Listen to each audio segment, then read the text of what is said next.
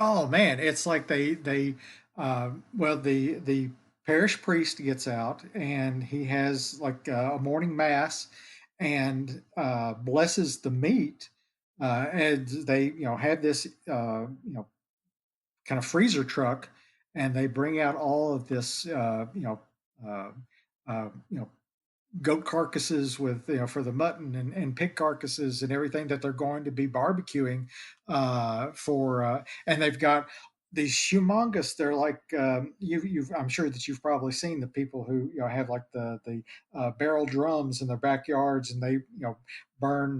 trash and things in their backyards, and there are these huge kind of similar to that, huge metal drums that they do to create the charcoal. So they're putting wood in the top of this, and they look like the back end of the Batmobile with the flames shooting out from the top. And then they gather up the charcoals that fall in the bottom, and they shovel it underneath all the barbecue pits and everything.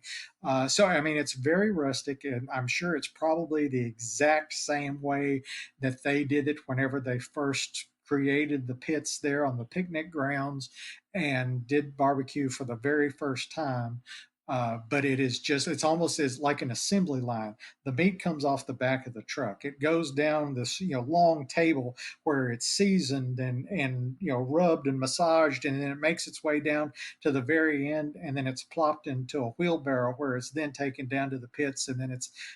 plopped onto the pits and the barbecue, and it just all the magic happens, and everybody's kind of gathered around, and they're taking pictures and they're talking, and it's just a truly community event. I could see everybody from Fancy Farm coming out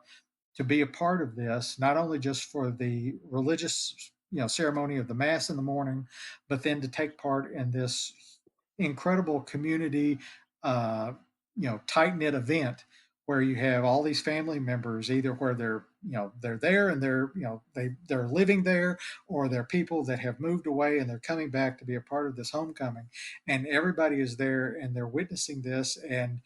they're probably swapping stories because they knew somebody either in their family or knew somebody else who was a long lost relative, or long departed relative who did the exact same thing, and they witnessed whenever they were small children, and then here they are grown up adults and have their own children and grandchildren, and they're witnessing it too. It's just an incredible scene to see, and like I said, that was the last year was the first time I'd ever witnessed that with my own eyes, and it was truly amazing to see. That's a perfect illustration, I think, of the fancy farm community and just what this picnic is. The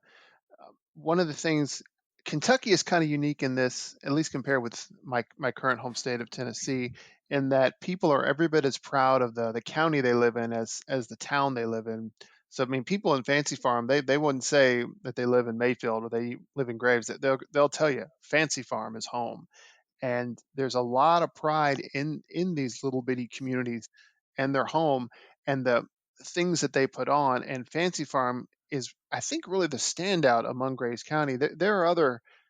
annual events that happen. Mayfield has its Gourd Festival, and they have a big thing for Fourth of July. And I don't want to take anything away from those, but Fancy Farm is, it's really especially impressive when you consider the size of this community. Like you said, it's maybe 300 to 500 people, and they all get together to put together this,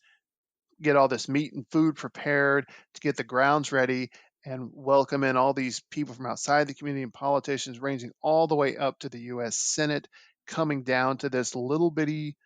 tiny little town that puts on this one picnic every single year. But because they made it such a big deal,